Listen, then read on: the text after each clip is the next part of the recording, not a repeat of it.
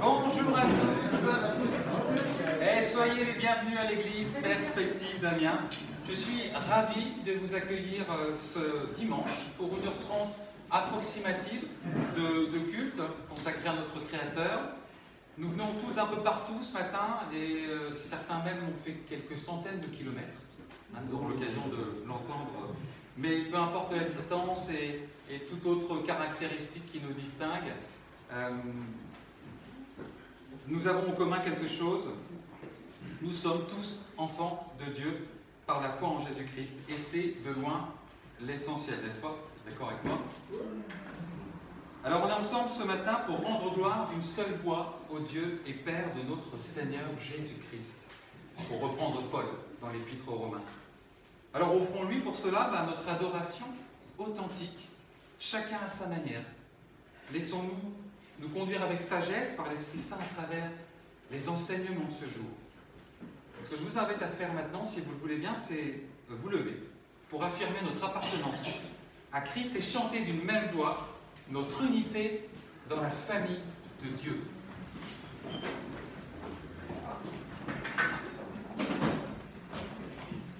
Ce chant dit que nous sommes unis, nous sommes liés à toujours par une chaîne d'amour.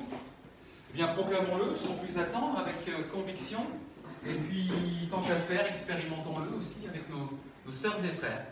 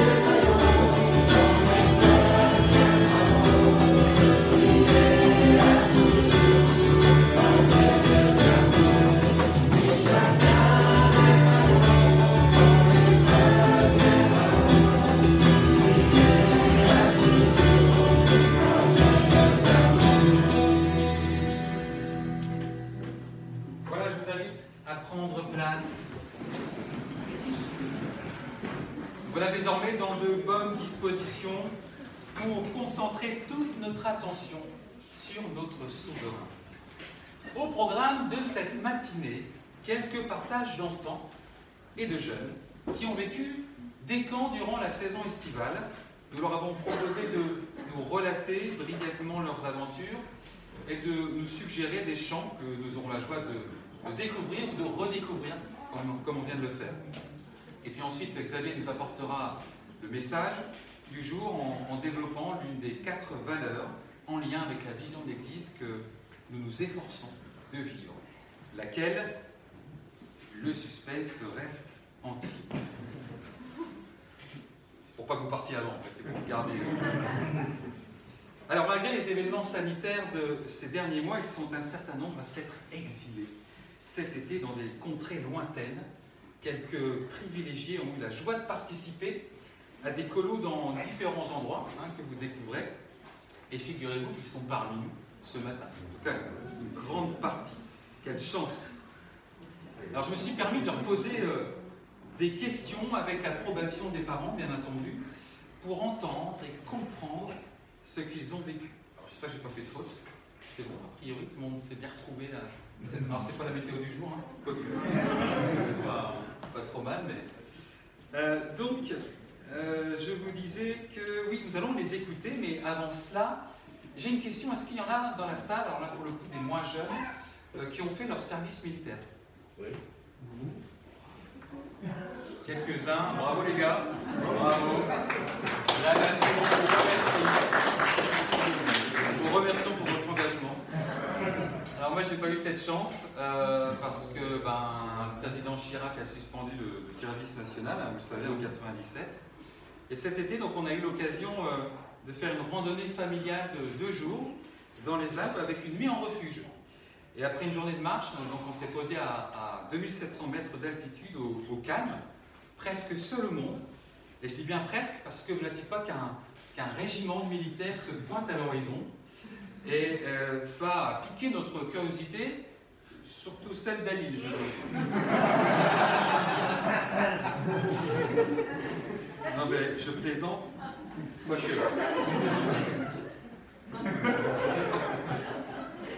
Alors un peu plus sérieusement, en les observant, en discutant avec eux, elle était pas au courant.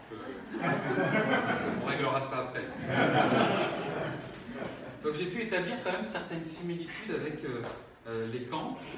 L'écolo, finalement, c'est un petit peu comme l'armée, mais pour les plus jeunes. Au dire de mes enfants et des copains qui ont fait leur service, on n'a pas envie d'y aller au début. Mais finalement, il s'avère que c'était pas si mal que ça.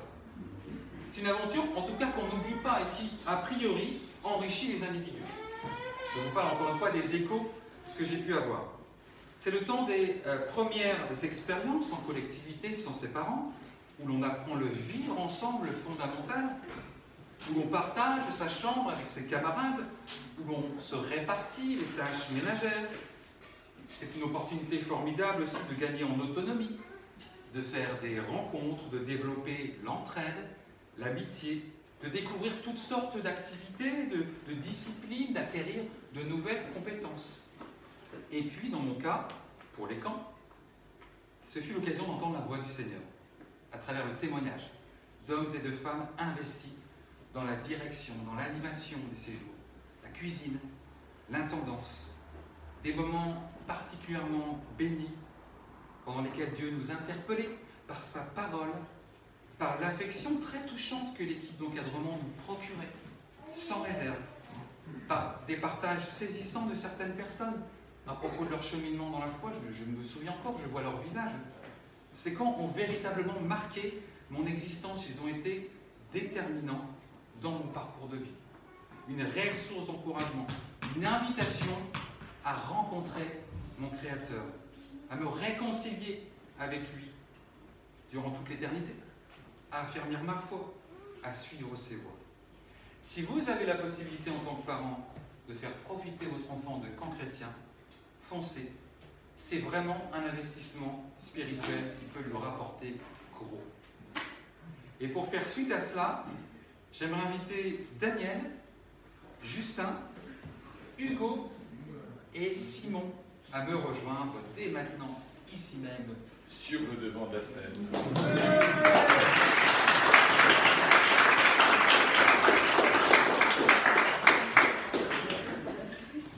Salut les gars, les stars d'un jour, comment vous allez? Ouais, bien. Alors, est-ce que vous avez eu l'occasion de réfléchir un petit peu à ces questions que je vous ai envoyées? Alors, soit vous faites comme vous le sentez, pour nous raconter un peu votre vie, ou alors, je vous les repose, c'est à vous de voir. Alors, posez question. Alors, attends que je les retrouve. Alors, qu'est-ce qui vous a poussé à faire un camp cet été? Juste un mois, on s'est dit cool, une semaine sans les parents. C'est ce que je disais, hein. C'est ce que je disais, sans les parents, effectivement. Ouais. Alors pour moi et Simon, c'était, on était censé partir en Angleterre avec papa et maman. Et comme c'était trop compliqué, bon, on a décidé de venir en Angleterre. D'accord, ok. Donc vous saviez que déjà, ils étaient inscrits. Ok, super. En plus, là, vraiment, vous étiez presque en France, ou vous étiez ou pas On était entre les deux. Bah, juste D'accord. avant, c'était le Rhin et l'Allemagne.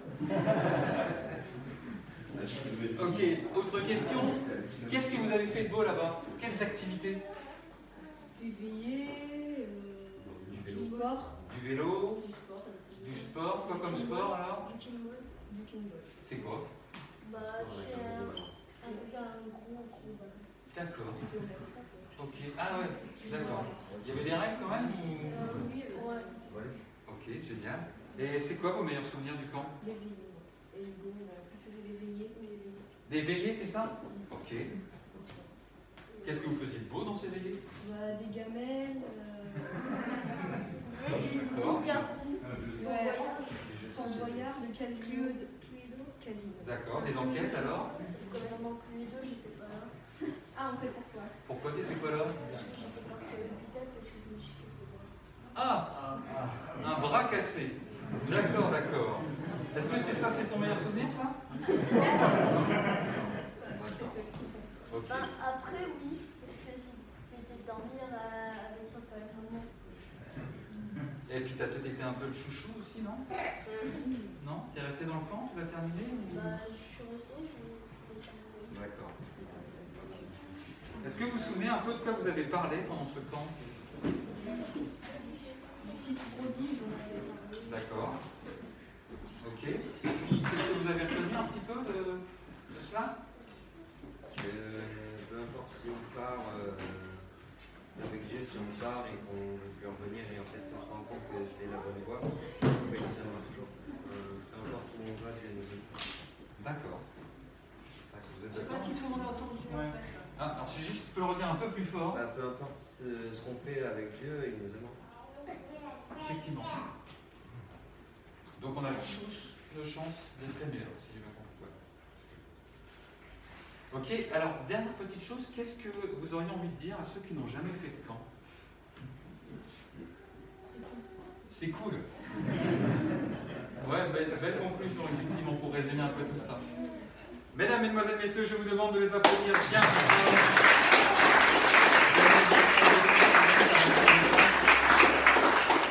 Et c'est au tour de Charline et Arwen de nous rejoindre.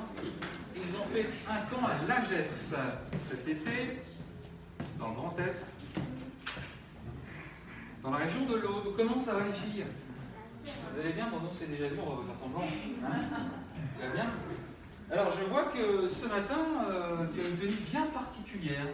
Pourquoi donc? Parce que je fais de l'équitation. D'accord, elle fait donc de l'équitation. Et je voulais mettre ma tenue parce que je voulais parler de l'alcoolo. Alors, donc, ça veut dire que tu as fait du cheval pendant ta colo? Alors, moi, je crois que tu avais préparé un petit quelque chose. Voilà. Ok, donc vous avez fait du cheval. Très bien. Vous avez fait quoi d'autre? On a fait des veillées, on a fait plein de choses tranquilles. C'est bien. Ok, plein de choses trop cool. Du cheval, vous en faisiez tous les jours? Oui, toutes les après-midi. Ok, d'accord. Et vous aviez toujours le même cheval d'ailleurs? Non, Ok, bon, d'accord. Alors, qu'est-ce qui vous a donné envie de faire ce camp cet été? N'hésitez pas à parler fort Et puis en face peut-être des gens. avancer comme ça, il y a un micro, ça va. Qu'ils puissent vous entendre. moi, c'est parce que je faisais de l'équitation et j'ai vu que mon colo, et alors je me suis dit, ça me fait plaisir de passer du temps avec Dieu et de faire du cheval à l'école. Excellent, excellent. Moi, c'est parce que j'ai fait la même colo l'année dernière et qu'elle était vraiment très chouette. D'accord, donc vous avez envie de recommencer. Ouais. D'accord, très bien. Et vous vous souvenez de quoi vous avez parlé? lorsque vous avez parlé de Dieu? J'ai essayé de rechercher les versets, mais... Mais c'est marrant parce que, pareil pour toi, je crois. Vous avez surtout du cheval. Hein. Ça, pas de souci. Mais qu'est-ce que vous avez envie de dire alors à tous vos camarades ici pour leur donner envie aussi de faire un camp?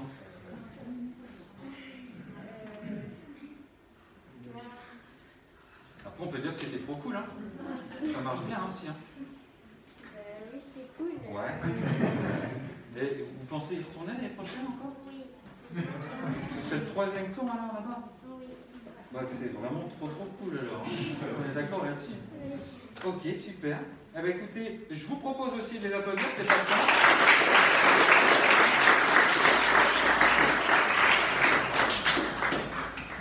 Et donc on va enchaîner avec 2 chants qui ont été choisis par Arwen, je crois bien. Et le premier chant, donc il s'agit de Yahweh, et le second un peu particulier, qui est un chant africain. Alors il s'appelle Yezu Azali Awa. Ça va peut-être être compliqué au début, mais vous allez voir, on y arrive assez facilement en définitive.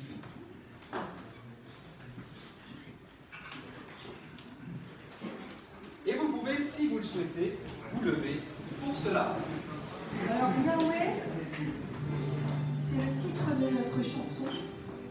Yahweh veut dire en hébreu l'Éternel.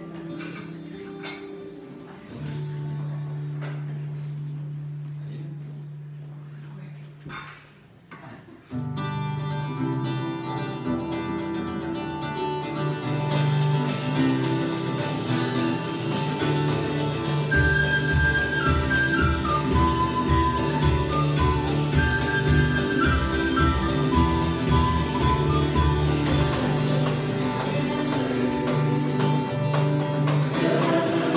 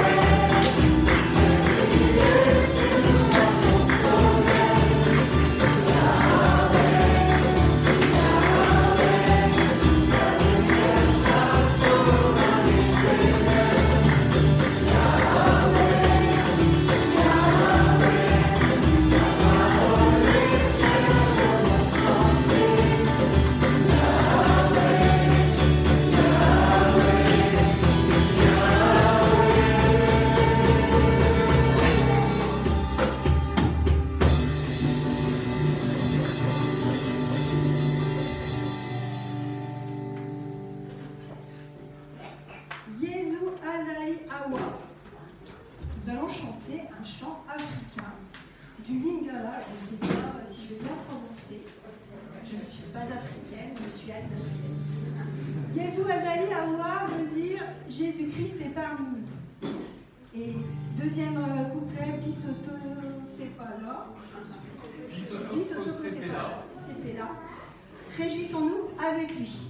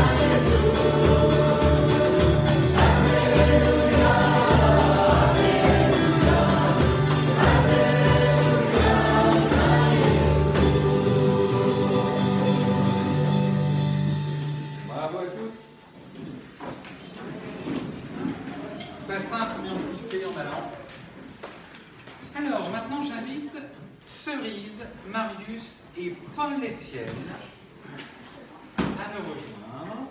Ils ont fait un camp cet été à Montendre. Cerise n'avait pas là. Et Cerise n'est pas là maintenant. D'accord.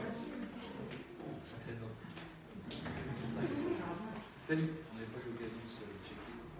C'est bon, c'est les bonnes photos? Alors c'est bien ça? Ouais, c'est bien ça. Plus ou moins ce que vous avez fait. Alors racontez-nous un petit peu votre aventure. Et je vois qu'il y a des sports en particulier. Qu'est-ce que vous avez fait de beau pendant ce camp?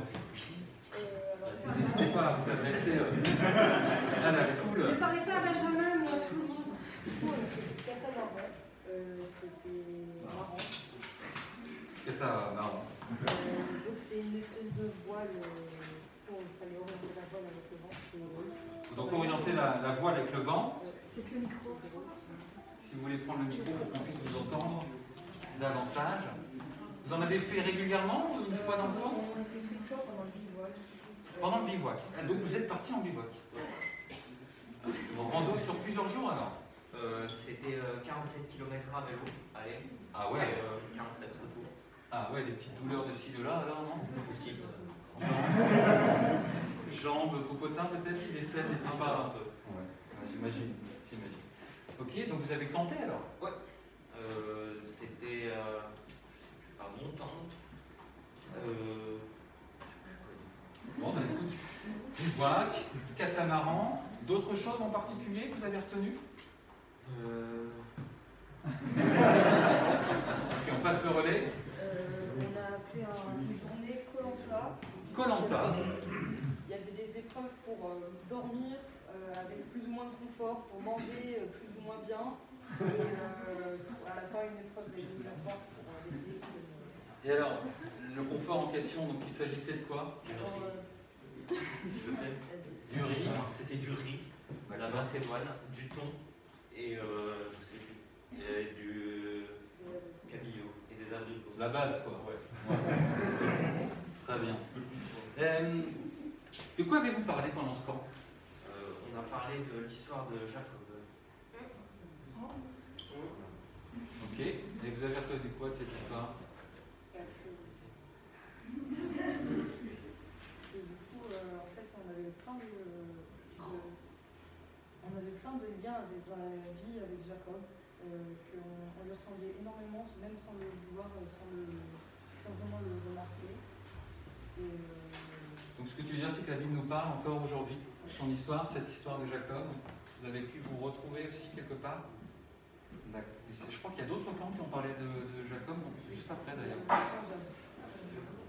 Ok, super. Et qu'est-ce que vous auriez envie de dire à vos camarades ici, là? Je vous conseille le camp Jab parce que c'est trop bien.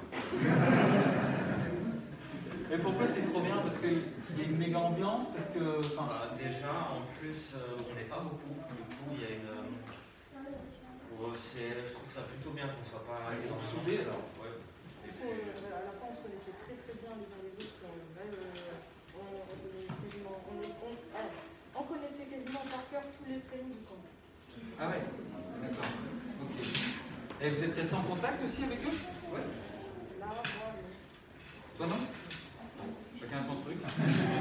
Oui, non. Ok, super, on peut les applaudir.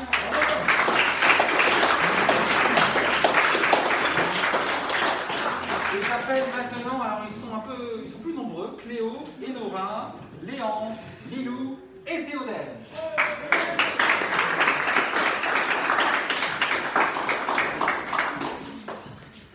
Le nord en force du côté des Alpes, se contamine Montjoie cet été. Voilà, quelques petites photos pour illustrer un petit peu la chose. Eh bien, on vous écoute, je vous en prie, vous avez la parole. C'est quoi la question? Qu'est-ce que vous avez fait pendant ce camp? Alors n'hésitez pas à parler fort encore une fois et à vous adresser à l'Assemblée. Du coup, pour moi, c'est mon troisième camp. Pour Lilou, Cléo et Léandre, c'est le deuxième camp. Et bien sûr, c'est le premier camp pour Enora. Et c'est au contaminement de joie. Et depuis la fin de mon premier camp, je prends tout le temps.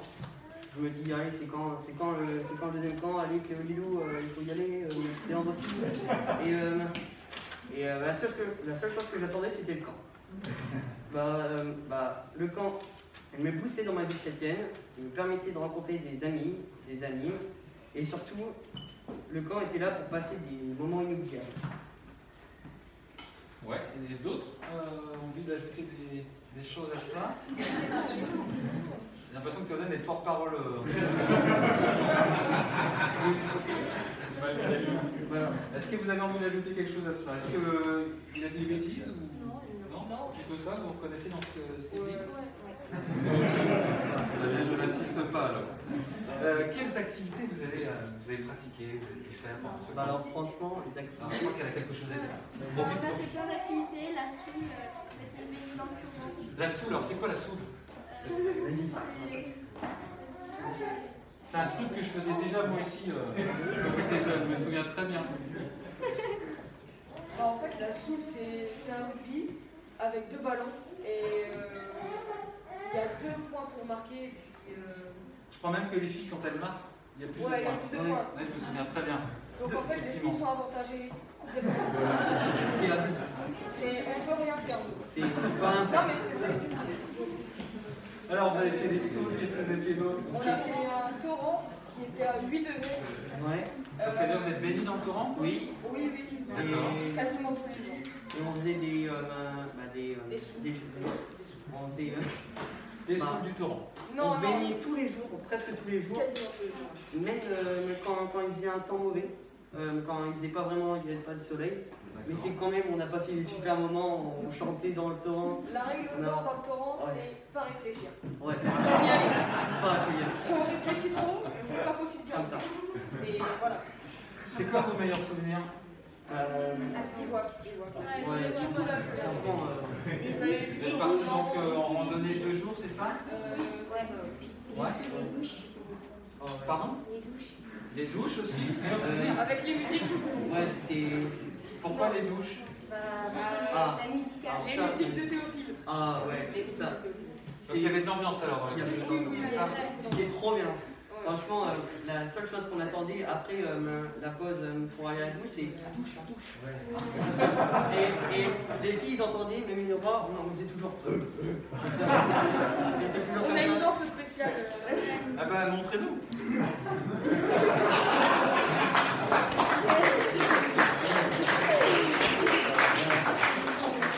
Du coup, je voulais dire qu'on avait fait une grande rando, donc 6 heures. Toute la journée, on a fait une boucle, on est passé par 2 cols. Le col du Mont. Entre deux cols. Montjoli. Le col du Montjoli et le col de la Fenêtre. Je ne sais pas si vous connaissez. Et c'était vraiment un truc de dingue. On avait la vue sur Mont Blanc. Et c'était magnifique. Et ça m'a vraiment touché. Alors de quoi vous avez parlé? Je t'ai coupé. De quoi vous avez parlé pendant ce plan? De Jacob, c'est ça? Moi j'ai dit on avait parlé de qu'est-ce que Dieu a fait pour lui, pour Jacob, et quels sont les principaux péchés de Jacob, et du coup on peut dire de nous. D'accord. Voilà. Ok. Vous êtes ok avec ce qu'il a dit? Ouais. Et qu'est-ce que vous avez envie de dire, toutes celles et ceux qui sont devant vous, qui peut-être n'ont jamais fait de camp? Le soir, il y a de la tisane. Il y a des choses simples finalement qui les rendent heureux. Mais le problème, c'est qu'on n'a pas la recette. Ouais. Il nous la faut. Et juste un truc, c'est une tisane à la fraise. À la fraise avec un petit sucre. Ouais. Et je voulais dire, pour la première fois, quand vos parents vous demandent si vous voulez faire un camp, la première chose que tu dois savoir, c'est que le camp est une occasion fou de te rapprocher de Dieu et de faire des tas d'amis avec les mêmes convictions. Et je voulais redire un truc, ce qui m'a aussi beaucoup, qui était super, c'est qu'il y a 2 personnes, donc il y a Armand qui fait pas partie de l'église, mais qui est venu 5 ou 3 fois à l'église et qui est maintenant à l'île au feu. Et quelqu'un d'autre qui s'appelle Adrien, qui est juste ici même. Et Adrien, elle rejoint. Vas-y, rejoins. Ah, t'étais venu au fond de l'église.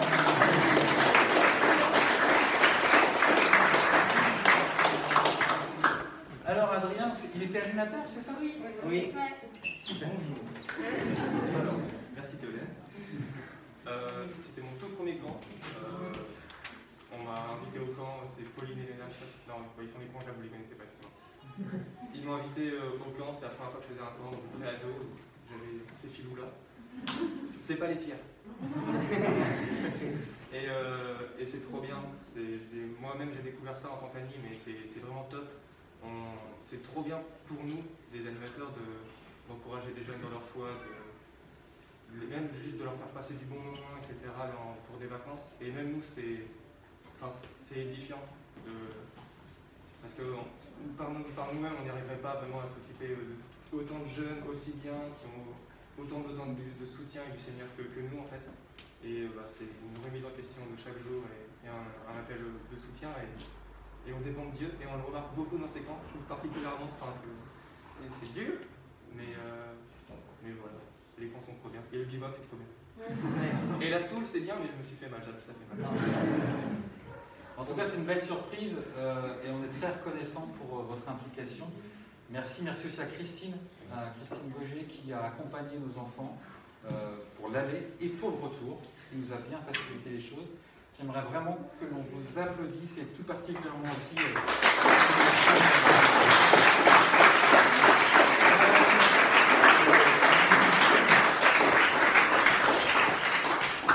Donc on poursuit avec 2 chants. Nous ont chanté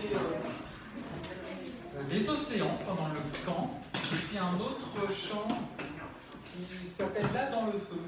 Donc, il a été chanté au Cantel, il a été chanté en anglais, et on va le chanter en français. Ah, il était chanté en anglais? Ouais. D'accord, ok. On va vous épargner cela et on va le chanter en français.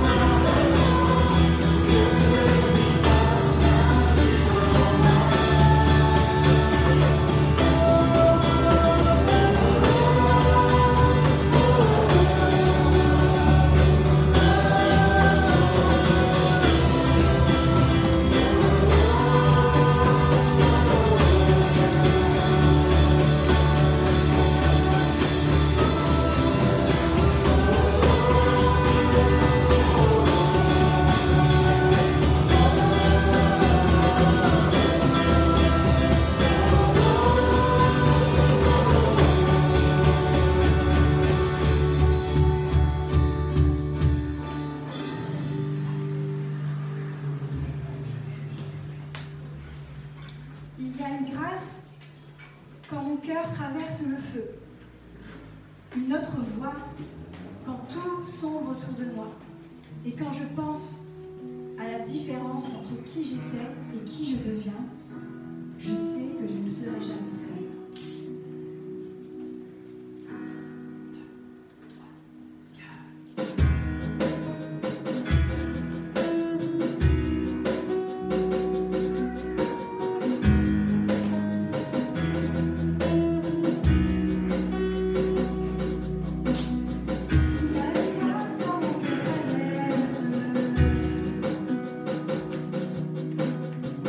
Notre voix quand tout sombre autour de moi.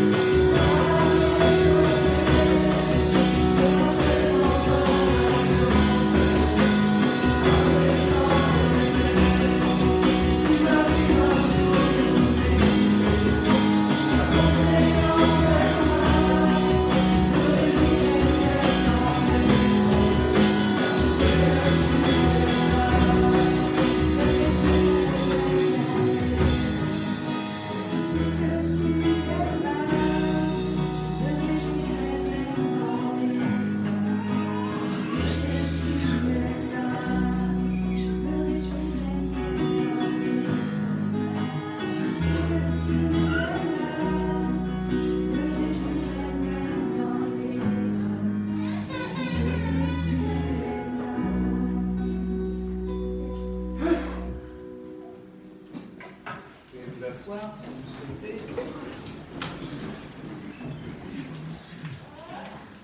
Et donc nous allons terminer avec Cerise qui n'est toujours pas là. Je pense qu'elle ne nous a pas rejoint.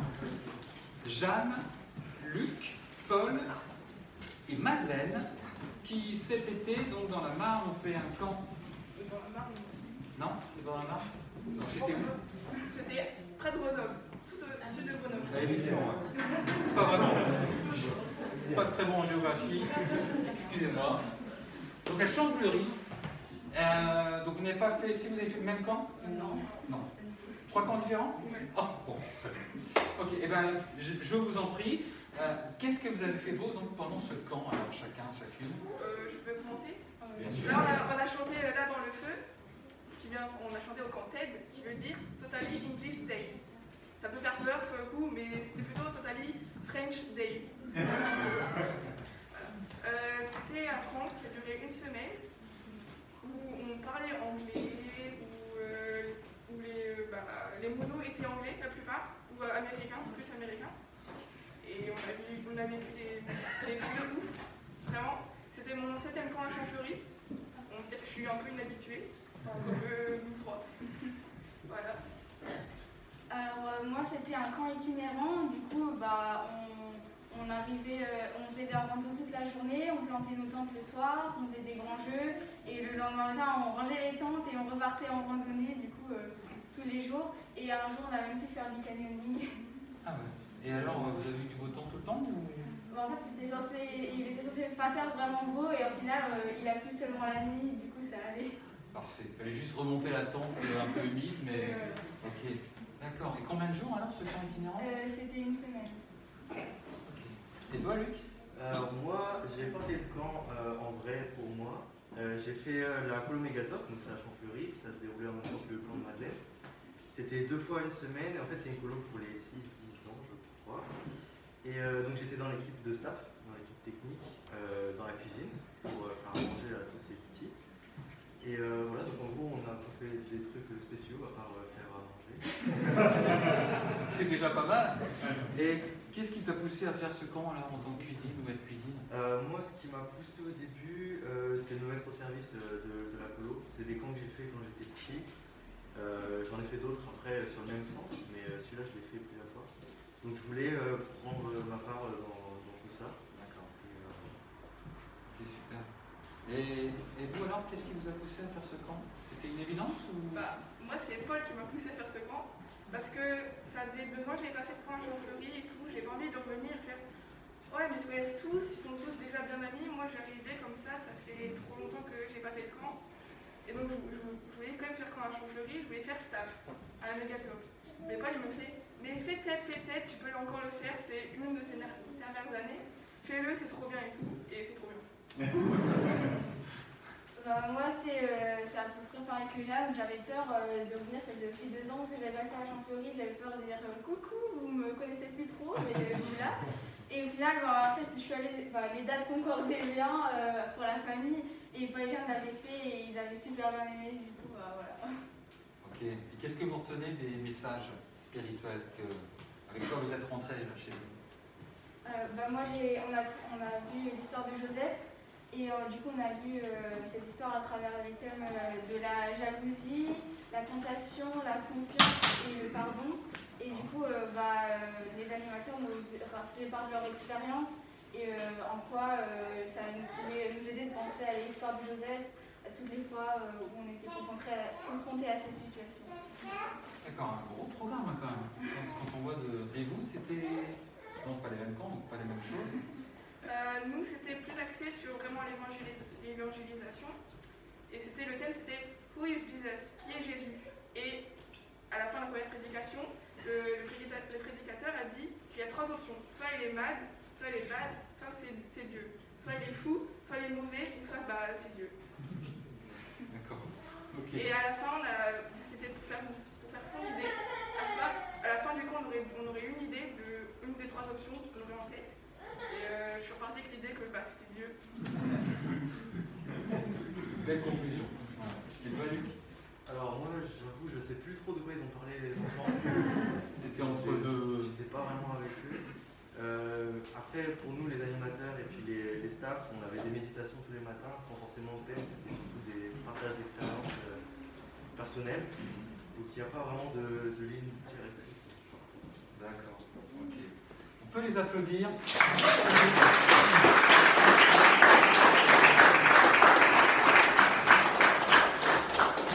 Alors juste, j'aimerais que chacun des jeunes, des enfants qui ont pu se présenter ici, nous expliquer un petit peu ce qu'ils ont fait, juste se lever, rester au niveau de vos chaises.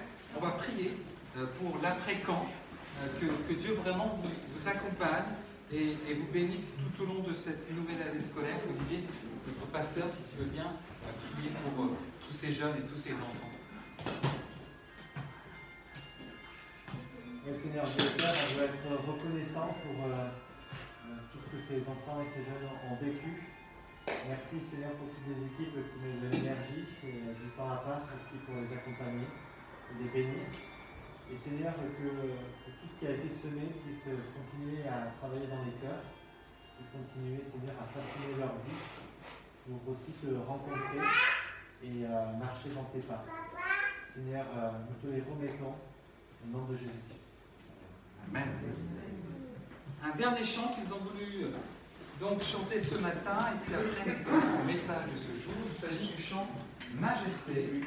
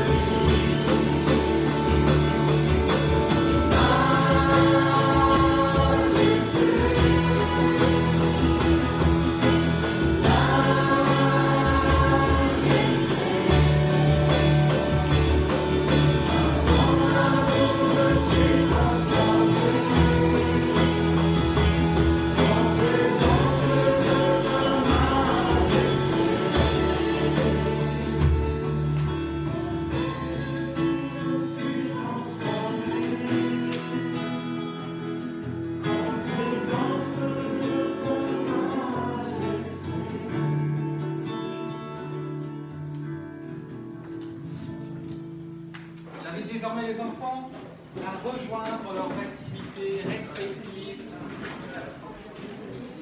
leur groupe d'enseignement d'école du dimanche.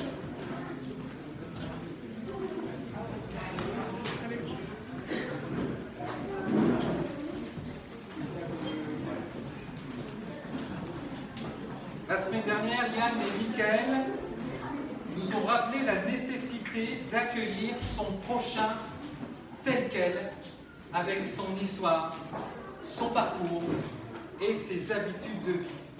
Et pour cela, le Saint-Esprit œuvre et nous transforme afin de nous permettre de vivre en Église malgré nos différences.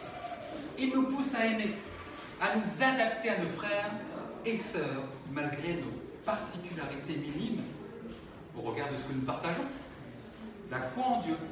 Et nous voulons être une Église qui accueille, qui soutient, qui accompagne, qui écoute, qui honore chacun dans ce qu'il est, afin de permettre à tous de prendre sa place dans la famille de Dieu. Alors, autre valeur ce jour, et c'est Xavier que je laisse le soin de développer, de dévoiler dès maintenant, parce que nous ne savons pas encore de quoi nous parlons ce matin.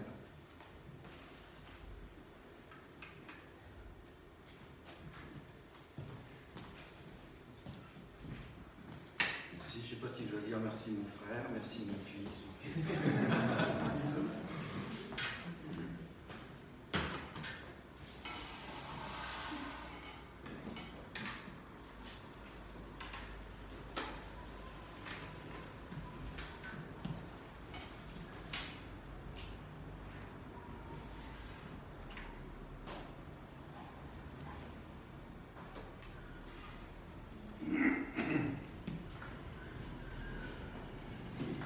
Ben voilà, dévoilé la valeur dont on parle ce matin, l'écoute de Dieu.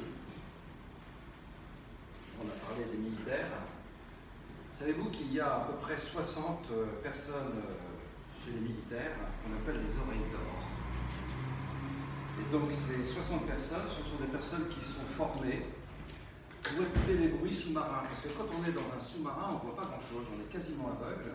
Et donc, quand on veut savoir ce qui se passe au-dessus, ce que sont les bateaux qui naviguent autour, est-ce que c'est plutôt des amis, plutôt des ennemis, est-ce qu'éventuellement c'est des poissons ou je ne sais pas quoi, il faut apprendre à écouter le bruit. Et donc, ils sont formés, ils enregistrent les bruits, ils les repassent doucement, ils comptent le nombre de pales, la fréquence, etc., etc. Et à partir de l'empreinte acoustique qu'ils ont appris, eh ben, ils sont capables de savoir qui est le bateau qui est au-dessus ou à proximité qui s'approche d'eux. C'est un travail qui demande beaucoup d'attention, c'est un travail qui demande un fort entraînement pour retenir et être sensible, encore une fois, à tous ces bruits qui peuvent être assez différents. Et c'est une mémorisation qui leur prend des heures et des heures et des heures. On peut aussi écouter Dieu. On peut l'écouter parce qu'il n'est pas une statue silencieuse posée dans un édifice. Il n'est pas non plus quelqu'un qui aurait besoin d'un porte-parole pour venir nous parler directement. On peut l'écouter et on verra tout à l'heure comment on peut l'écouter. Écouter Dieu, c'est discerner quand est-ce qu'il parle. Et c'est discerner aussi ce qu'il dit pour moi, ce qu'il dit pour l'Église et ce qu'il dit pour la société. Ça demande aussi beaucoup d'attention d'écouter Dieu, comme les oreilles d'or, pour entendre, pour comprendre et pour appliquer. Franchement, qui suis-je, moi, pour vous parler d'un sujet aussi grave et aussi vaste? Alors Seigneur, à toi de nous aider à comprendre comment on peut t'écouter. Notre vision, là, rayonner simplement Jésus-Christ là où nous sommes, quand on veut rayonner quelqu'un, quand on veut le refléter, il faut le connaître. Et quand on connaît quelqu'un fortement, de plus en plus, on en vient progressivement, quelque part, un petit peu à lui ressembler. On prend même ses mimiques, on prend son accent, on prend sa tenue vestimentaire, on prend même ses idées, ses opinions. Nous voulons être des personnes qui écoute Dieu, une Église qui écoute Dieu. On veut déteindre de notre humanité pour qu'il nous teigne de sa divinité. Jésus a souvent demandé qu'on l'écoute lui et qu'on écoute son Père. Matthieu 17, verset 5, « Dieu fit entendre ces paroles, celui-ci est mon Fils bien-aimé qui a toute mon approbation. Écoutez-le. » Jean 10, 27, « Mes brebis écoutent ma voix, je les connais et elles me suivent. » Quand on écoute Dieu, on écoute un Dieu. Oh, c'est vite dit, hein? On écoute un Dieu, mais on écoute un Dieu. Est-ce qu'on se rend compte qu'on écoute un Dieu tout-puissant et qui est aussi un tendre Père? Et puis quand on écoute aussi Jésus, Christ. Est-ce qu'on est conscient qu'on écoute un sauveur, qu'on écoute un ami, qu'on écoute un frère? Et puis on écoute aussi l'Esprit de Dieu. Et quand on écoute l'Esprit de Dieu, est-ce qu'on est conscient qu'on écoute quelqu'un qui va nous donner des dons? Un enseignant, un défenseur. Et comme Dieu est trois, Père, Fils et Esprit, on écoute les trois. Et on écoute qui? On écoute, alors un terme utilisé dans la société, dans le monde en particulier professionnel, on écoute des sachants. On écoute ceux qui savent, le Père, le Fils et le Saint-Esprit. Alors j'écoute quelqu'un si je crois qu'il peut m'apporter quelque chose, et si j'ai confiance en lui. Je ne vais pas écouter de la même façon si je n'ai pas confiance en la personne qui me parle. Et écouter au sens de tenir compte de, pas simplement écouter. Écouter au sens de tenir compte de ce que l'on va entendre.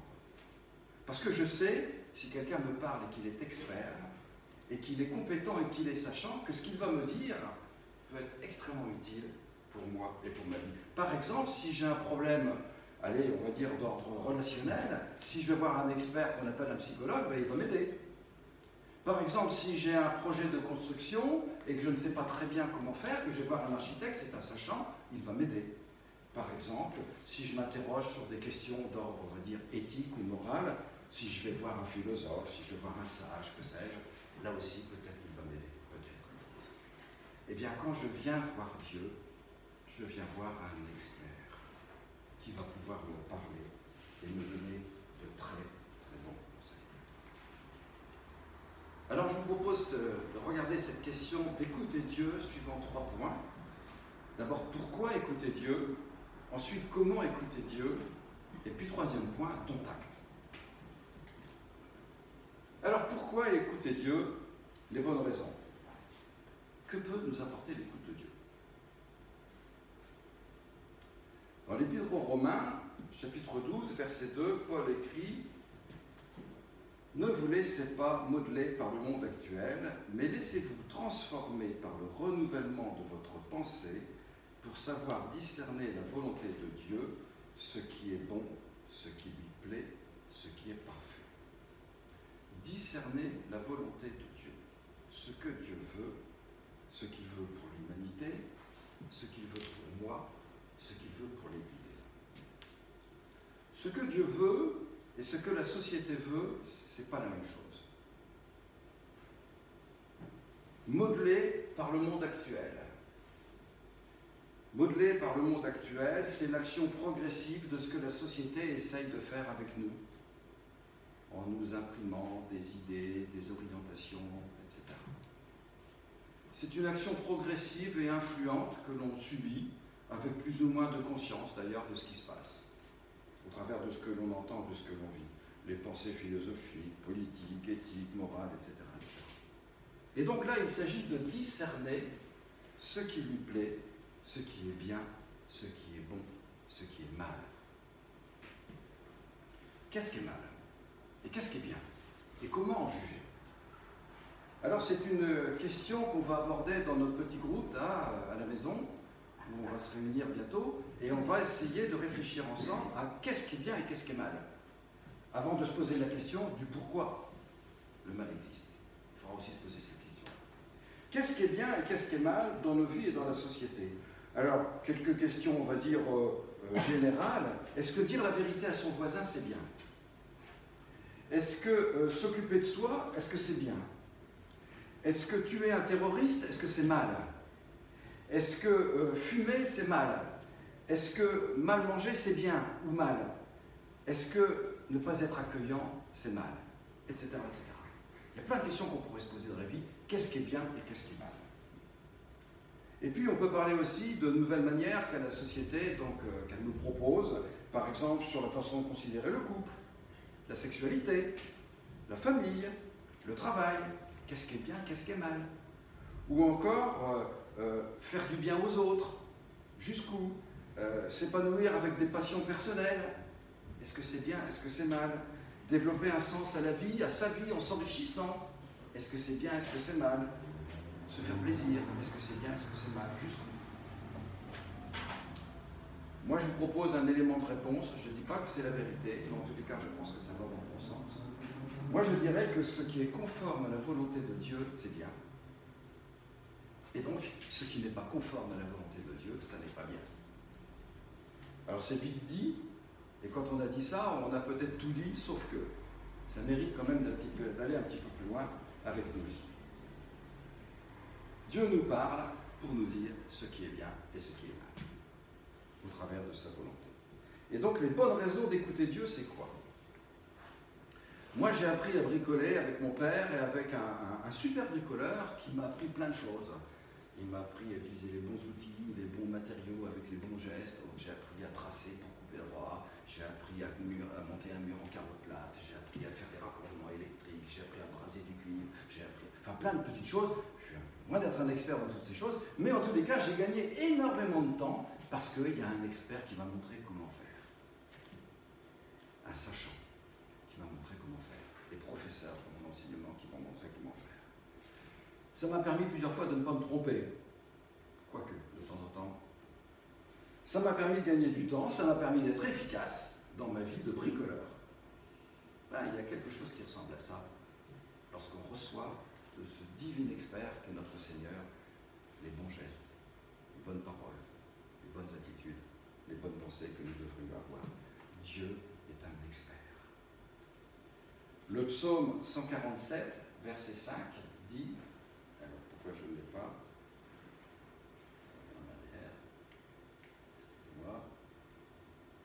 Ça, on l'a vu, hein?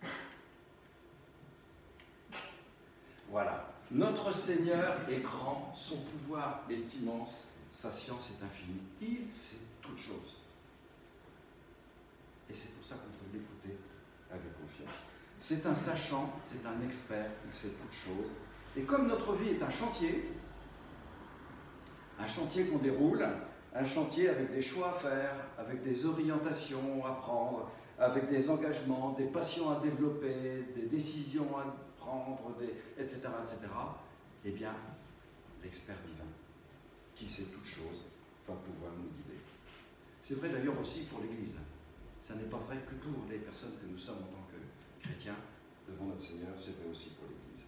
Et avec Dieu, c'est donc que du bonheur que de compter sur lui, sur un expert aimant et bienveillant pour vivre sa vie.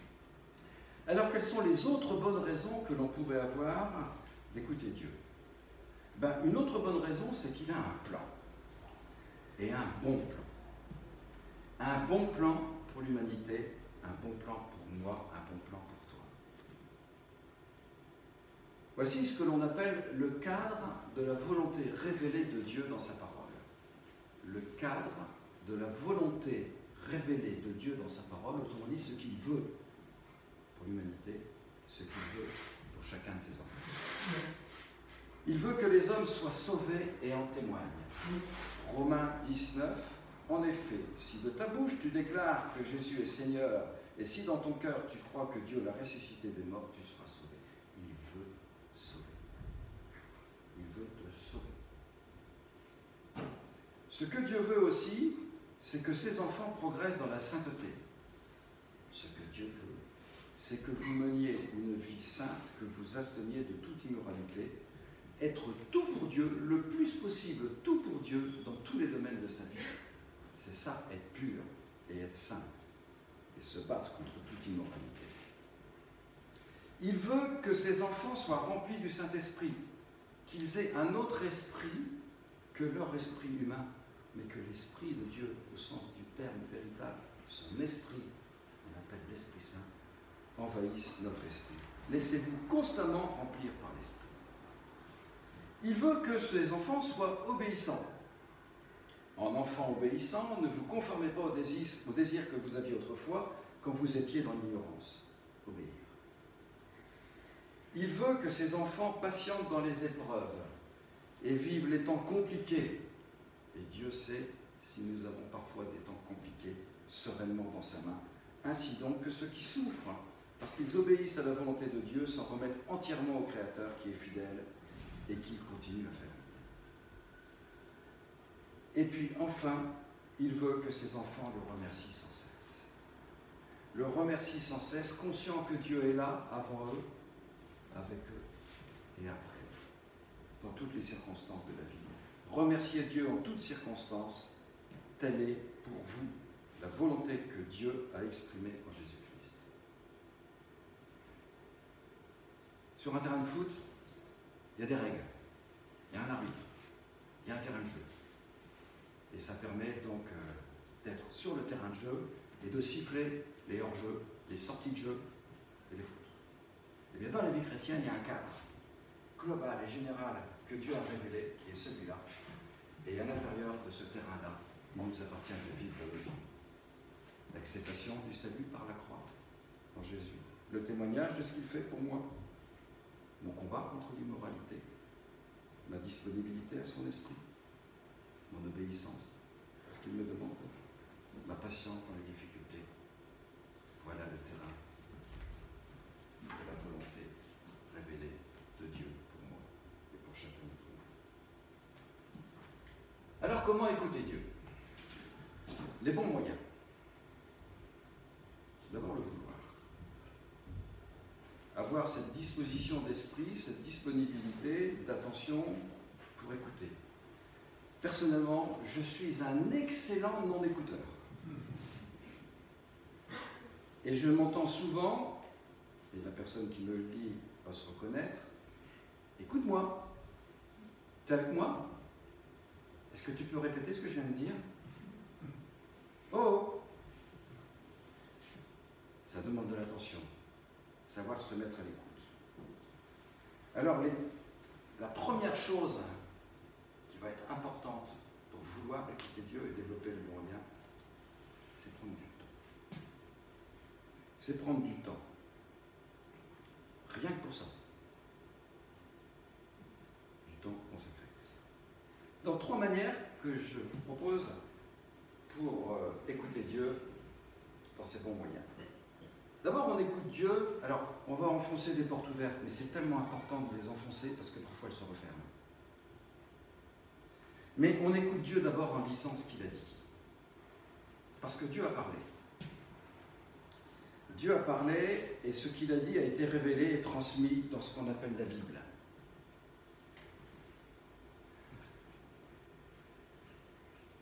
Qu'est-ce que c'est que la Bible? Et qu'est-ce que c'est pas la Bible? Eh bien, la Bible, ce n'est pas un livre sur Dieu.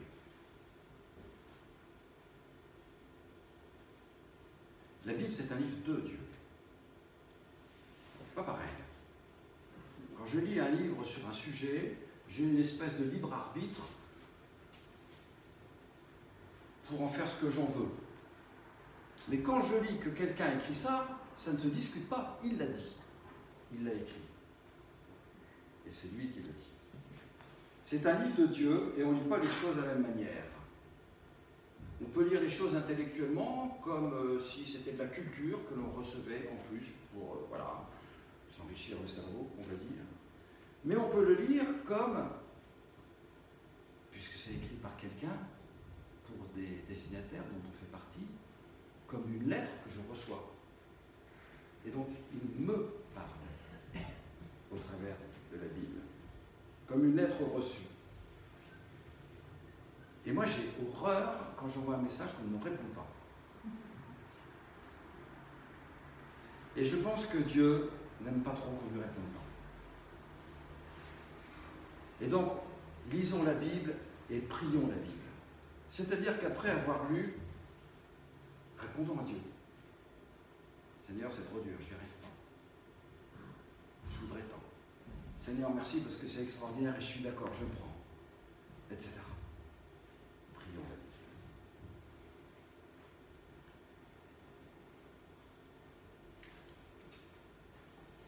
Vous connaissez le Notre Père, Luc 11, verset 3, et cette partie en particulier où il est dit « Donne-nous chaque jour le pain dont nous avons besoin ». Alors bien sûr, le pain matériel, mais aussi le pain spirituel. Chaque jour, le pain dont nous avons besoin. On est bien dans une nécessité quotidienne de mettre nos vies à la lumière de sa parole pour recevoir ce qu'il veut nous dire. Hier, Françoise nous disait, après avoir regardé donc, un épisode sur Facebook, je crois, que John Piper, un écrivain donc, qui a écrit des choses, des commentaires passionnants sur la Bible, un homme de Dieu, et on lui a posé la question, que feriez-vous si vous aviez à nouveau 22 ans? Et la réponse est, je prendrai la résolution de lire ma Bible chaque jour pour le reste de ma vie. Je rendrai la lecture de la Bible plus importante que manger, faire de l'exercice et embrasser ma femme. Ce qui veut dire que c'était peut-être pas complètement évident pour lui au début. Et on sait que derrière, ça a été effectivement quelque chose d'extraordinaire pour qu'il puisse parler du Seigneur comme il en parle. Et par exemple, on voit ce que Luc raconte dans le livre des Actes, que les premiers chrétiens examinaient chaque jour les Écritures. Alors pourquoi est-ce qu'il faut se focaliser, se polariser, aller chercher la chose dans les Écritures, dans la Bible? Parce qu'elle est inspirée et utile pour enseigner, pour corriger, pour convaincre, afin que l'homme de Dieu soit accompli et propre à tout bonheur. De Timothée 3,16. Et aujourd'hui, on est dans une période formidable, parce qu'on a plein d'outils qui nous permettent de descendre au rez-de-chaussée. Allez à la librairie, vous allez trouver des Bibles, bien évidemment, des Bibles d'études, des commentaires, etc., etc.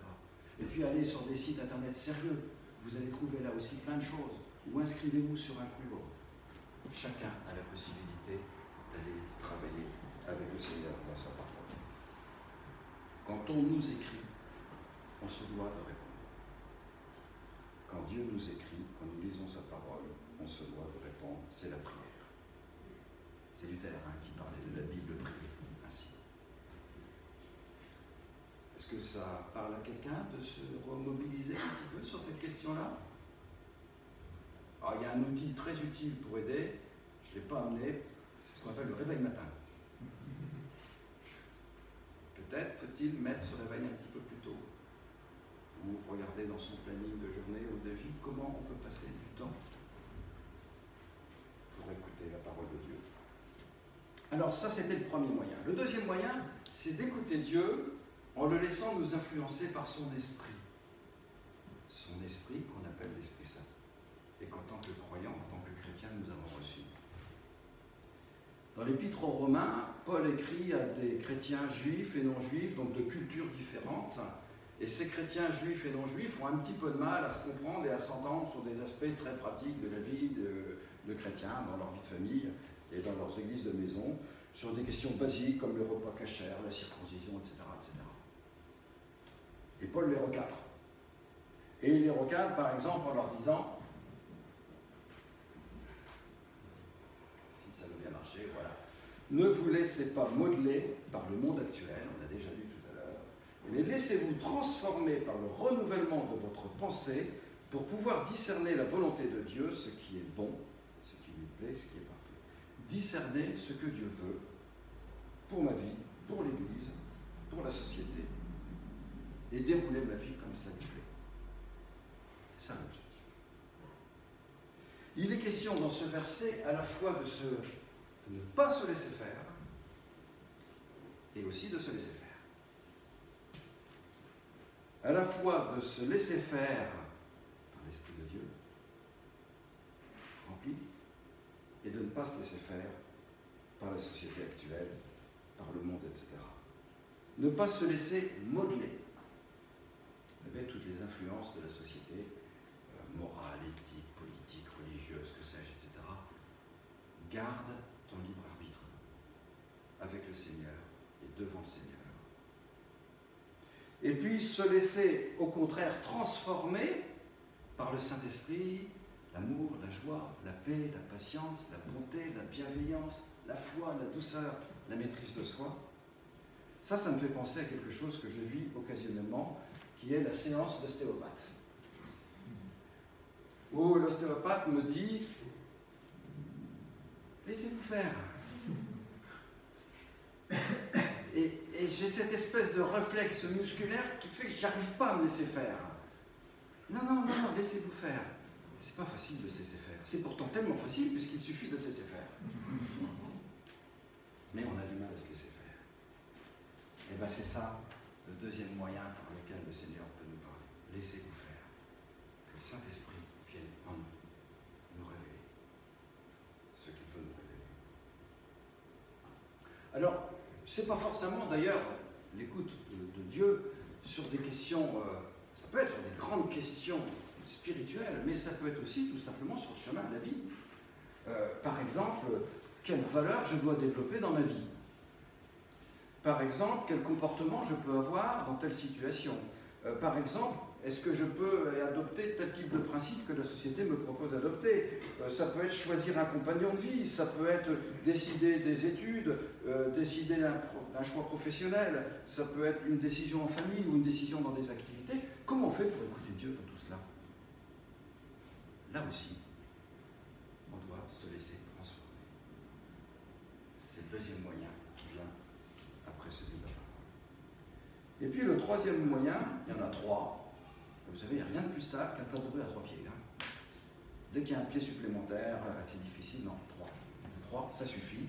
Le troisième, c'est celui de l'Église. Parce qu'on est un collectif. Parce qu'on est un temple. Et ça nous a été dit, là où Dieu habite. Et il habite avec nous, en nous, et en particulier maintenant, quand on est ensemble. Dieu vous a intégré à l'édifice qu'il a construit sur le fondement que sont les apôtres, ses prophètes, et dont Jésus-Christ lui-même est la pierre angulaire. En lui, toute la construction s'élève, bien coordonnée, afin d'être un temple saint dans le Seigneur. Un collectif où Dieu réside. Maintenant, ici. Alors, Dieu parle dans l'Église et par l'Église.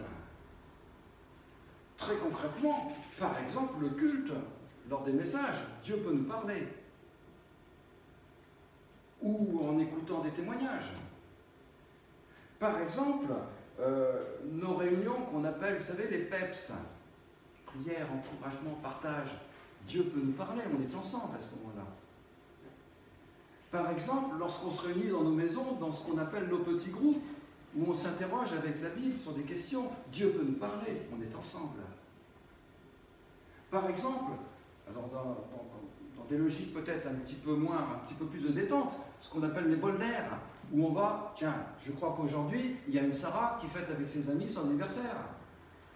C'est la détente. Dieu peut nous parler dans ces moments-là, quand on est entre frères et sœurs. Par exemple, quand 2 ou 3 décident ensemble de réfléchir comment progresser, on appelle un groupe de progrès, un groupe de croissance, pour progresser. Dieu peut nous parler à ce moment-là. Par exemple, quand on s'implique dans une commission de l'Église, pour la louange, ou pour le bâtiment, Dieu peut nous parler à ce moment-là. L'Église est un collectif. Voyez-vous, quand on pratique le judo, on va dans un club et on se met sur un dojo. Et puis, on a des partenaires avec qui on a des séances d'échauffement. Et puis, on fait des exercices communs. Et puis, on regarde, on a des démonstrations qui nous ont faites. Et puis, parfois, on se fait des entorses. Parfois, on est essoufflé. Et bien, l'Église est un dojo. C'est un club. Excusez du terme. Où on pratique la vie chrétienne entre frères et sœurs avec des études de la parole. avec des discussions sur les messages, avec de la prière, avec des moments de fatigue, d'essoufflement peut-être. Profitons de la vie de famille, sa famille. Alors, choisissons pas l'un des trois moyens. Les trois nous sont donnés par Dieu pour l'écouter. Parole, inspirée, je lui réponds. Le Saint-Esprit, je me laisse faire. Et puis la vie de famille. On est avec lui, c'est lui qui nous réunit.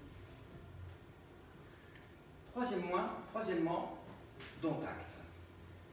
Les bonnes résolutions. Jacques, le frère de Jésus, un apôtre, a écrit aux chrétiens dans une lettre, chrétiens dispersés, dont certains avaient une foi un peu superficielle, et une conduite qui était quelque peu répréhensible, et il les recadre parce qu'ils n'écoutent pas Dieu. Dans le chapitre 1, nous lisons, et c'est Jacques qui parle aux chrétiens, que chacun de vous soit toujours prêt à écouter, qu'il ne se hâte pas de parler ni de se mettre en colère, car ce n'est pas par la colère qu'un homme accomplit ce qui est juste aux yeux de Dieu. Débarrassez-vous donc de tout ce qui souille, de tout ce qui reste en vous de méchanceté, pour recevoir avec humilité la parole qui a été plantée dans votre cœur, car elle a le pouvoir de vous sauver. Seulement, ne vous contentez pas de l'écouter, traduisez-la en actes, sans quoi vous vous tromperiez vous-même. En effet, si quelqu'un se contente d'écouter la parole sans y conformer ses actes, il ressemble à un homme qui, en s'observant dans un miroir, découvre son vrai visage. Et après s'être observé, il s'en va et oublie ce qu'il est. Voici, au contraire, un homme qui scrute la loi parfaite, qui donne la liberté. Il lui demeure fidèlement attaché, et au lieu de l'oublier après l'avoir entendu, il y conforme ses actes. Cet homme sera heureux dans tout ce qu'il fait. Entendre n'est pas écouter. On peut entendre des sons, des voitures qui passent dans la rue, puis on peut écouter de la musique, avec précision, avec attention. Écouter, c'est se laisser imprégner jusqu'à pouvoir ou vouloir en tenir compte dans nos actes après. Et Jacques présente un préalable à l'écoute de Dieu. Que chacun,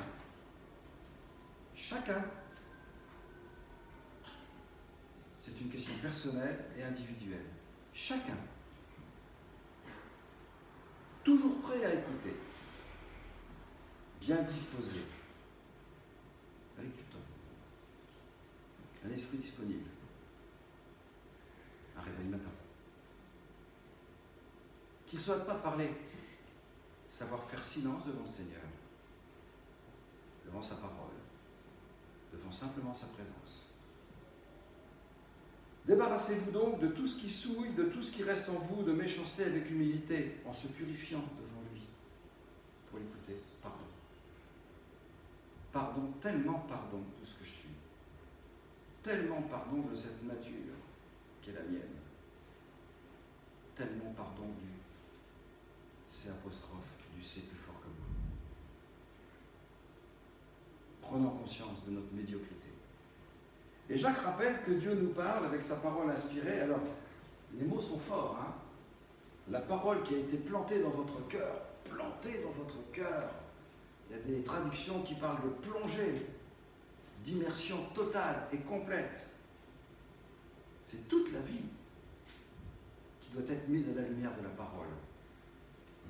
Tout passer au crible, la famille, le travail, l'église, la vie personnelle, nos activités, notre travail, etc. Planter, plonger.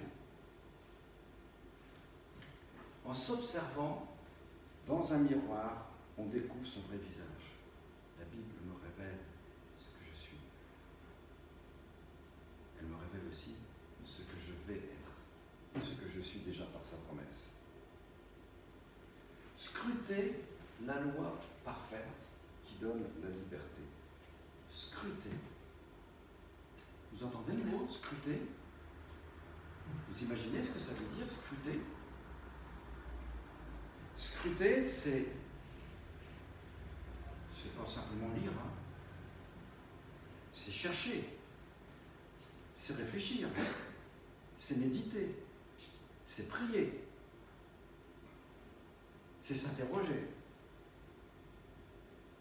pour être libre de choisir après de ce que la vie nous propose dans la société, etc., pour dire oui ou pour dire non.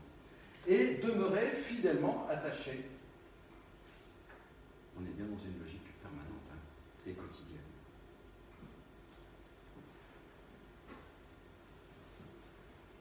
Jacques affirme maintenant ce que produit l'écoute de Dieu. Elle a le pouvoir de sauver. Rien que ça. La parole nous est donnée comme le seul moyen de salut. La foi vient de ce que l'on entend, et ce que l'on entend vient de la parole de Dieu. Romains 10, 17. Jacques nous dit que la parole doit produire des actes. Vous savez, les livres de la Bible, en général, le nom du livre, c'est le premier mot du livre en question. Eh bien, un livre après les évangiles s'appelle le livre des actes. Alors souvent on dit le livre des actes, mais réfléchissons, c'est quoi? C'est le livre des actes de ce qui a été fait par les premiers chrétiens. Où est-ce qu'on en est de l'écriture du livre de nos actes?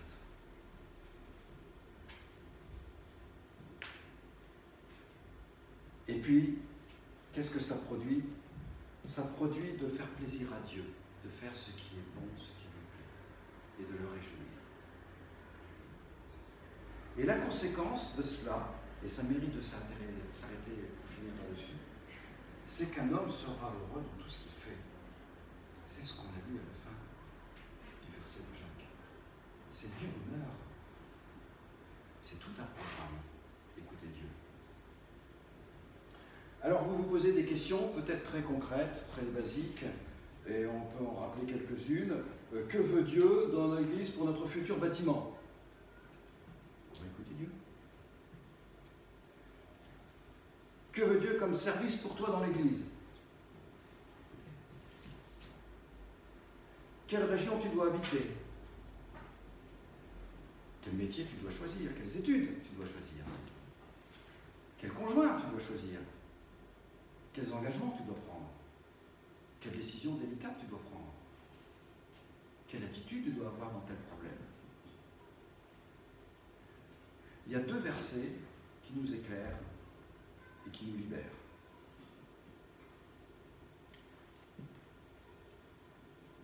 Ça, c'est toutes les questions qu'on se pose. Le premier verset, c'est dans un psaume, 37, verset 4. Alors 37, c'est facile à retenir, c'est la température du corps. Psaume 37, retenez ça. Psaume 37. Fais de l'Éternel tes délices, c'est tout ce qu'on vient de dire, hein. Fais de l'Éternel tes délices, dans la prière, dans la parole, etc. Et il te donnera ce que ton cœur désire. Et puis, le deuxième verset, on l'a lu, mais relit. Un homme qui scrute la loi parfaite, qui donne la liberté, il lui demeure fidèlement attaché, et au lieu d'oublier, après l'avoir entendu, il confond ses actes. Il sera heureux dans tout ce qu'il fait.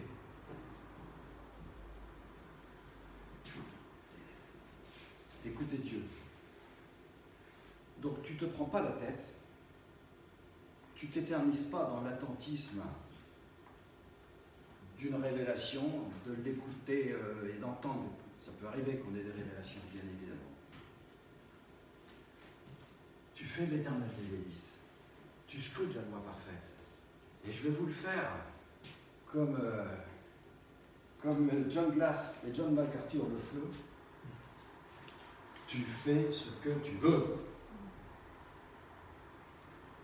À partir du moment et à condition que tu fasses de l'Éternel tes délices et que tu scrutes pour appliquer ton acte, la parole de Dieu. Tu avances. Et lui ouvre et ferme les portes. Et si tu es dans cette logique de vie, si je suis dans cette logique de vie, alors, Romains 8, 28, toute chose concourt au bien de ceux qui aiment Dieu. Ou alors, comme Paul l'a vécu, raconté dans le livre des Actes, le Saint-Esprit va empêcher qu'il parte en Asie.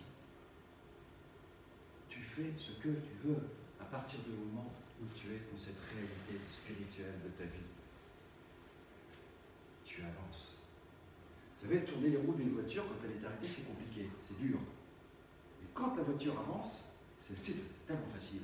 Alors avance dans ta vie, avance avec ces deux réalités spirituelles fortes et fais ce que tu veux. Et le Seigneur ferme les portes et il ouvre les portes.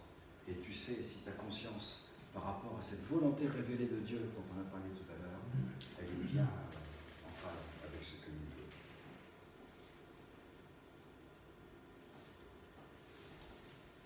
C'est tellement simple et c'est tellement libérateur. Alors écoutez Dieu, découvrir qui est Dieu en l'écoutant. Alors peut-être qu'il y a quelqu'un là qui ne sait pas encore qui est Dieu. Eh bien, va l'écouter pour savoir qui il est et ce qu'il propose. Et puis, rester dans le cadre de cette volonté révélée de Dieu qu'il pose pour pouvoir vivre nos vies chrétiennes, dans nos décisions, dans nos comportements, dans nos attitudes. Et puis, faire de lui nos délices. La Bible souhaitée.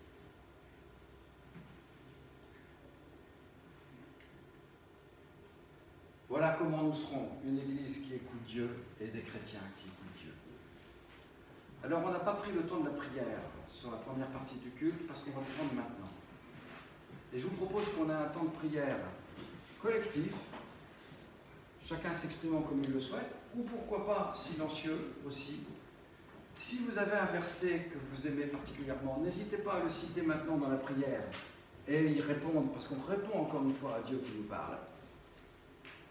Et puis, si vous avez envie de lui dire que vous voulez l'écouter davantage, individuellement ou en Église, allez, on le fait. Que plusieurs prient maintenant comme ils le souhaitent, et puis que le Seigneur nous entende, parce qu'on sait qu'il est là pour ça. Prions.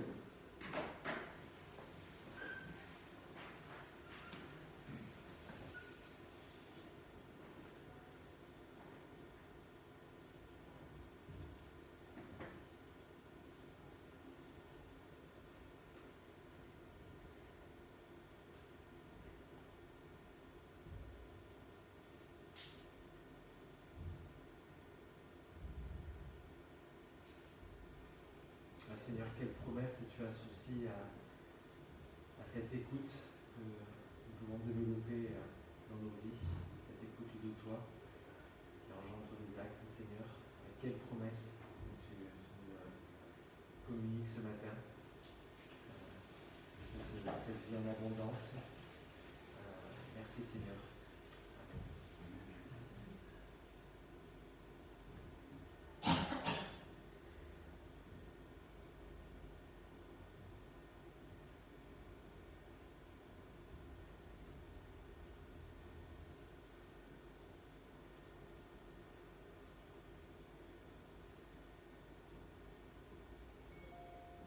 Seigneur, nous voulons te dire merci parce que tu as permis qu'on entende ta parole, qu'on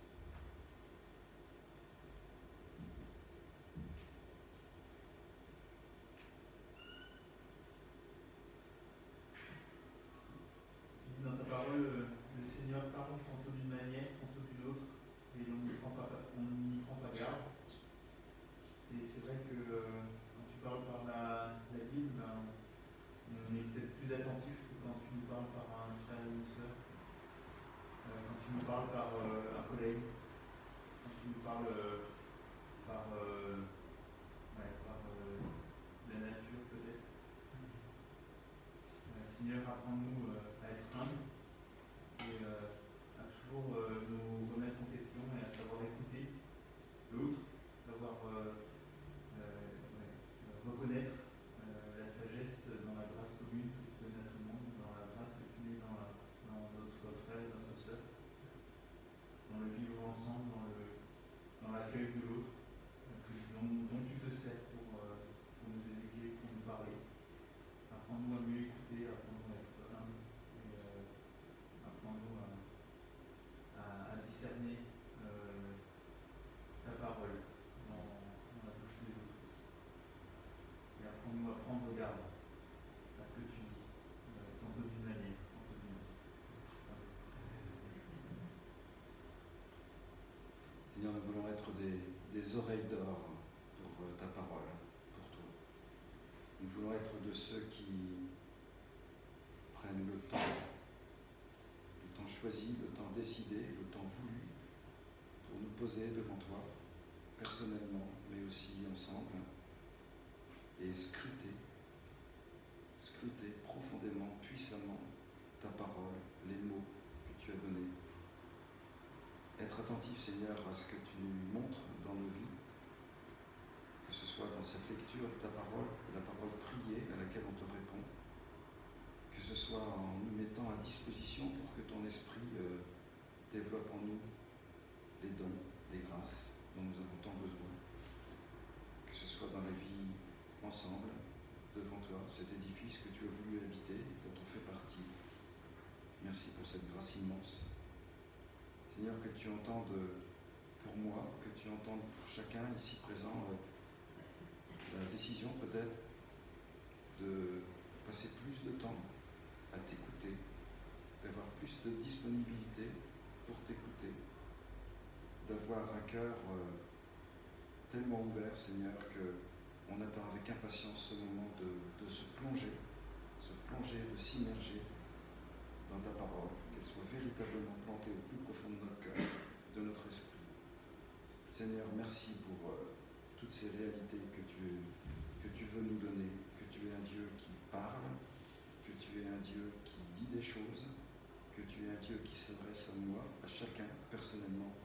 Merci pour cette réalité et veuille nous bénir, Seigneur, dans nos vies, dans le déroulement de nos vies, avec toutes les questions qui se posent, on les place devant toi, pour que tu sois avec nous et qu'on prenne, Seigneur, des orientations, les choix, quels qu'ils soient, sur des questions aussi bien concrètes et pratiques ou des grandes questions de vie, qu'on les traite, Seigneur, non pas selon la société, mais qu'on les traite avec toi et qu'on entende, Seigneur, ce qu'est ta volonté pour nos vies. Amen.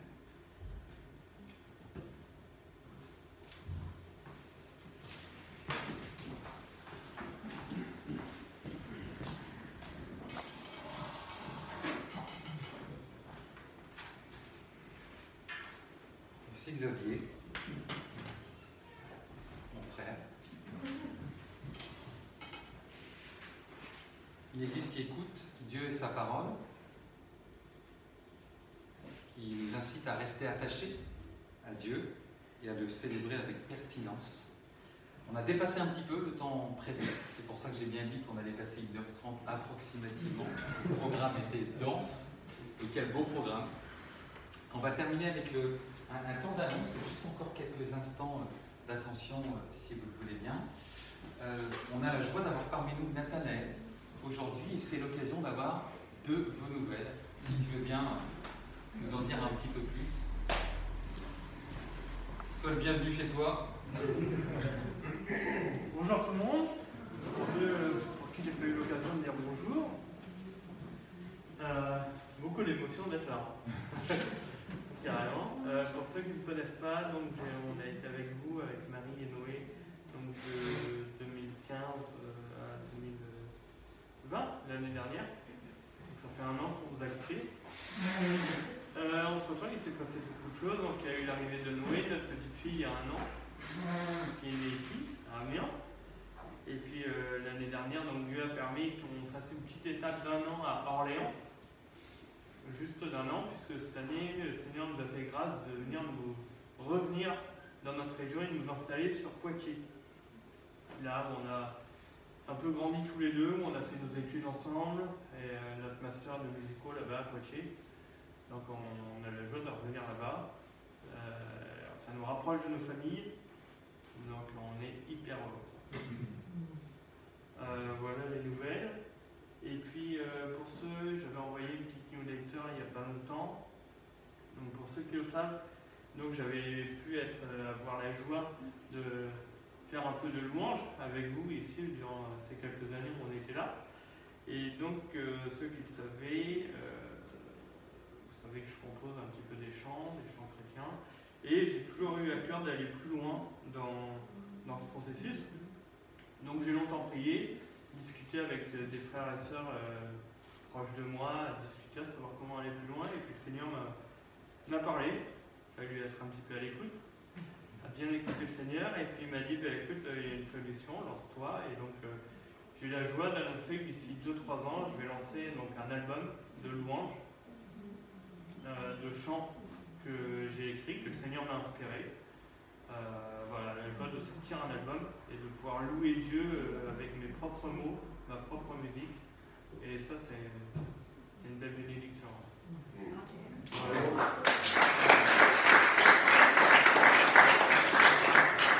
On va bien nous le présenter ici, alors. Ouais.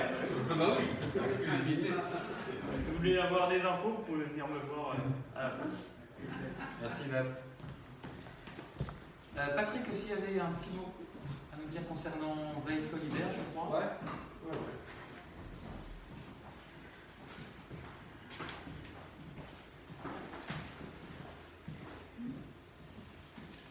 Bonjour à tous. Un petit message à vous communiquer de la part de Veille solitaire et solidaire. Non, je suis désolé pour un jeu de mots, c'était trop facile. Bon, en fait, voilà, pour revenir un peu plus sérieux, j'ai vu Julie cette semaine et on a décidé de vous proposer une collecte. Une collecte, mais pas d'argent, hein, on ne veut pas de ça. Sinon, là, on le prend quand même, mais en fait, c'est plus de produits d'hygiène pour des étudiants. Parce que l'année dernière, il y a eu une collecte de distribution de produits d'hygiène qui a été réalisée par plusieurs associations, l'Acte Citoyen, le Collectif Citoyen, Règles Solidaires, l'UNEF Picardie, l'UPJV et le Crous, qui ont distribué à 272 étudiants et étudiantes des produits d'hygiène corporelle, gel douche, brosse à dents, etc. Et cette année, on a décidé, nous, avec Solidaire, de se joindre à cette opération avec la mairie de Rubempré pour pouvoir distribuer dans le courant de l'année 2022 quelques produits justement pour ces étudiants qui en manquent. Bon, il faut savoir qu'avec le coronavirus, avant le coronavirus, il y avait 20% des étudiants qui étaient en précarité, on va dire comme ça, financière. Avec le coronavirus, beaucoup n'ont pas pu faire les petits jobs qu'ils faisaient, puisque des restaurants étaient fermés, des entreprises avaient dû faire du travail en dehors. Ils n'ont pas pu travailler, faire de la plonge, des choses comme ça, c'était pas possible. Donc on passe quand même, après le premier confinement, on ne parle pas du deuxième, à 33% du nombre des étudiants qui se retrouvent en précarité. Donc le petit effort qu'on vous demande, c'est d'aller, quand vous allez faire vos courses, d'acheter une brosse à dents, un savon, je ne sais pas, je vais vous mettre à côté d'une boîte là-bas, au fond de la salle, un petit papier pour les différents produits d'hygiène à leur procurer. Et voilà, je compte sur vous. 1, 2, 3. Merci. Merci Patrick. Et puis Olivier aussi, tu avais quelque chose à nous dire, à nous annoncer peut-être? En effet, 3 annonces chronologiquement. Mardi soir, donc soirée PEPS pour mettre en pratique ce que vous allez nous encourager. Donc rappelez-vous, les premiers mardis du mois, donc les soirées PEPS, donc, sont par Zoom, mais les 3e mardis du mois à peu près, ce sont dans les maisons. Donc vous allez recevoir, pour ceux qui reçoivent le mail hebdo, les lieux d'accueil, et libre à vous d'aller où vous le souhaitez. Samedi prochain, groupe de jeunes réseau à Abbeville. Alors exceptionnellement, avec Julie, nous ne serons pas là parce qu'on est en formation. Donc les parents d'Amiens, si vous pouvez faire un petit effort pour ramener vos jeunes jusqu'à Abbeville, voilà, ça serait génial. Et dernière annonce, week-end réseau, le 2-3 octobre, donc il se fera à Albert. N'oubliez pas de vous inscrire, enfin plutôt de confirmer votre présence pour des questions d'organisation. Tout est sur le mail hebdo, et si vous ne recevez pas le mail hebdo, c'est une lettre de nouvelles en fait de l'église. N'hésitez pas à aller vers Déborah qui est là, donc elle n'est pas là ce matin, alors venez me voir et on transmettra à Déborah. Merci. Dans 15 jours, c'est ça? Ouais. Voilà, nous en avons terminé. À midi pile. Et oui. Excusez-nous encore. Juste vous laisser avec deux extraits du psaume 119 que voici. Enseigne-nous, Éternel, la voie de tes prescriptions pour que nous la suivions jusqu'à la fin. Donne-nous l'intelligence pour que nous gardions ta loi et que nous la respections de tout notre cœur. Conduis-nous dans le sentier de tes commandements, car nous l'aimons. Tes instructions sont pour toujours notre héritage, car elles font la joie de notre cœur. Nous inclinons notre cœur à mettre tes préceptes en pratique, et ce, toujours jusqu'à la fin. Que ces paroles vous accompagnent tout au long de cette semaine, que Dieu vous bénisse. Tâchons de rayonner simplement Jésus-Christ là où nous sommes, ne faut pas le louper, il est partout. Bon dimanche à tous et soyez heureux. Merci.